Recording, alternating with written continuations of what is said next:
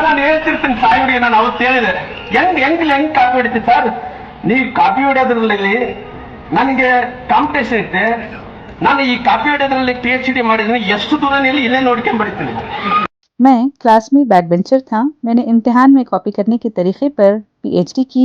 अपने इसातिज़ा के साथ रैगिंग भी की है। मैं स्कूल में जीन्स पहनता था तो लड़कियां मुझे देखती थीं। मैं 14 बार जेल भी गया हुआ हूँ। नाजरीन, ये बयान है वज़ीर ट्रांसपोर्ट B श्री रामुलु का, जिन्होंने बल्लारी में विद्यावर्धक संघ SGT यूनिवर्सिटी कॉलेज, जहाँ के वो एलमनाई हैं, की डायमंड जुबली तकरीब में तलबा की हौसला अफजाई इस तकरीर से की है।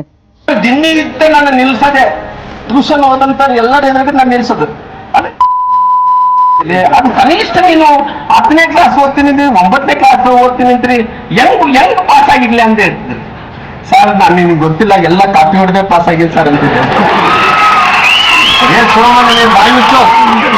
ಸರ್ ನಾನು ಹೇಳ್ತಿರ್ತೀನಿ ಸಾಯಿಗೆ ನಾನು ಅವತ್ತು ಹೇಳಿದೆ ಹೆಂಗ್ ಕಾಪಿ ಹೊಡಿತೀವಿ ಸರ್ ನೀವು ಕಾಪಿ ಹೊಡೆಯೋದ್ರಲ್ಲಿ ನನಗೆ ಕಾಂಪಿಟೇಷನ್ ಐತೆ ನಾನು ಈ ಕಾಪಿ ಹೊಡೆಯೋದ್ರಲ್ಲಿ PhD ಮಾಡಿದ್ರೆ ಎಷ್ಟು ದೂರ ನಿಲ್ಲಿ ಇಲ್ಲೇ ನೋಡ್ಕೊಂಡು ಬರ್ತೀನಿ